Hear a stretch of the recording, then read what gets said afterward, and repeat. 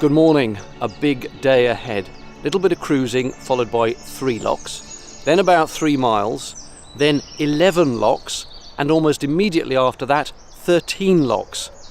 It's going to be a heck of a day. It's going to take about 8 or 9 hours, and it pretty much has to be done in the day because all the advice I've received is you don't want to stop in the Birmingham suburbs overnight. Just too many dodgy characters around, so it's all got to be done in one hit.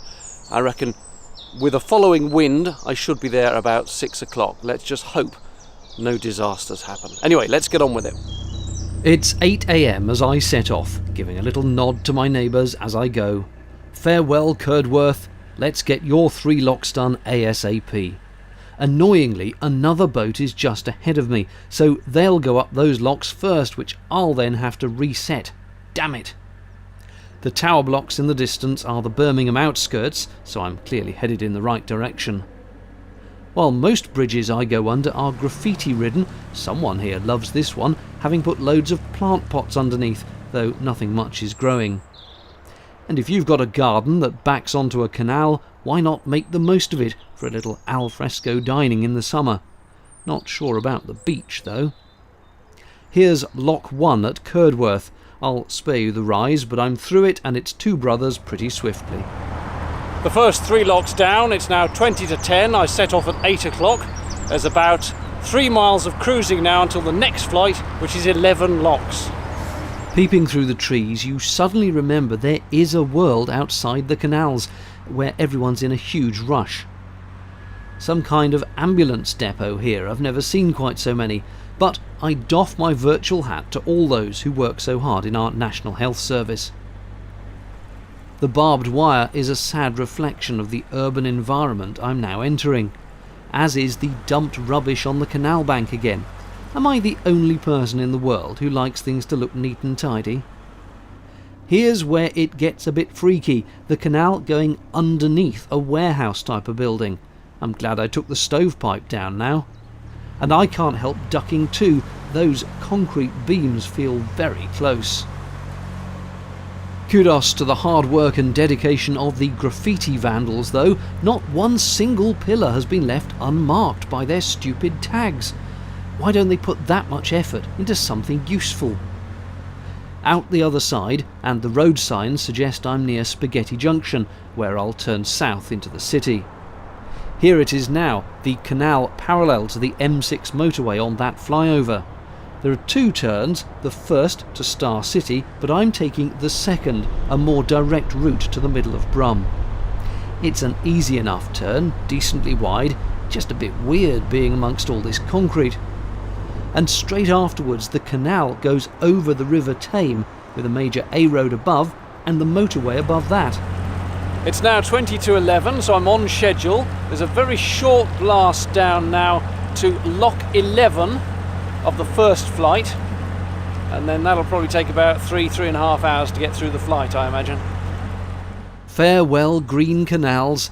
It's all going to be warehouses and grot from now on. The Canal and River Trust have some moorings here, but it's jolly noisy with all those roads nearby. 3 tiny abandoned canal arms show where barges would once have unloaded cargo into the city. Next to the 3rd arm lies the first of the 11-lock flight. Well, that was lucky. The lock was set in my direction, which takes a vital few minutes off each one. There were some young people seemingly doing some interesting things at the bottom. I didn't really want to look too closely. I merely bid them good day and carried on with what I was doing, and they carried on with what they were doing. And so to Lock 10. Crikey, I didn't realise Birmingham was that rough that you need a tank. Not another soul to be seen. It's a bit like a zombie apocalypse has occurred and I'm merrily boating through it.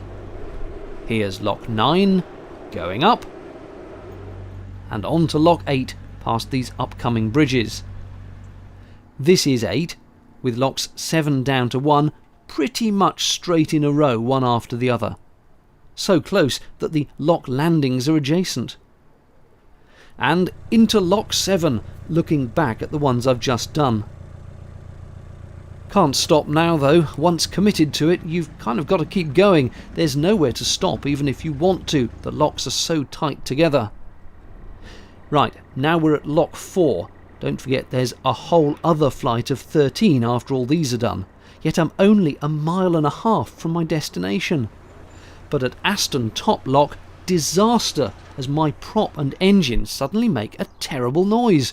I have to lift off the weed hatch cover and see what's up. Yep, there's something wrapped around the propeller all right. 20 minutes later, and here's what was snagged. A woman's dress and her bra. Presumably she kept the knickers on. Well, a lady's got to keep some dignity. I am, of course, a dab hand at removing a lady's bra with one hand, but in this case, something more was called for. Yep, a kitchen knife was sacrificed. Turns out the wire in a bra can be a pig to get off a propeller, but with much swearing and cutting, it came free and the engine was sweet again. So off round the corner, and with the 152-metre high BT tower in my sights, it's time to gird my loins and force my aching limbs to open and close the gates of the Farmers Bridge lock flight. Yep, the first one is in that dark hole. With that done, and the next, locks 3 to 5 are, wait for it, underneath this skyscraper. Annoyingly, all the locks on this flight seem to be against me, so I have to empty each one before I can go up. But I've now got a routine of opening the next as the last one finishes filling. They're so close I can still keep an eye on the boat while I'm at the next lock. It's 3:10 in the afternoon by now, and this is lock 7. 2 locks further and, oh no, spectators! There's nothing worse than an audience when you're single-handed, tired and grumpy. But I made it. This is the last lock. And wouldn't you know, an audience of tourists photographing me as I finish. Emerging into Cambrian Wharf, I've done 27 locks solo today, and I ache like you wouldn't believe. The 3 visitor moorings here are taken, so I must chug on, a lovely other boater kindly telling me of a free spot round the corner. Past the CRT office, and up to the famous canal roundabout in the middle of Birmingham. I'll go down that way past Gas Street when I next move on, but for the moment I'll veer to the right, past the Sea Life Centre, past the entrance to the Ousel Street Loop, which, as its name implies, is a small loop of the canal that comes out again further up, and onto a 48-hour mooring about 100 yards further on. I'm smack in the middle of Birmingham with all of its attractions, including the splendid library which has a terrific viewing platform if you're ever in town. But all I want now is a nice cup of tea on my mooring.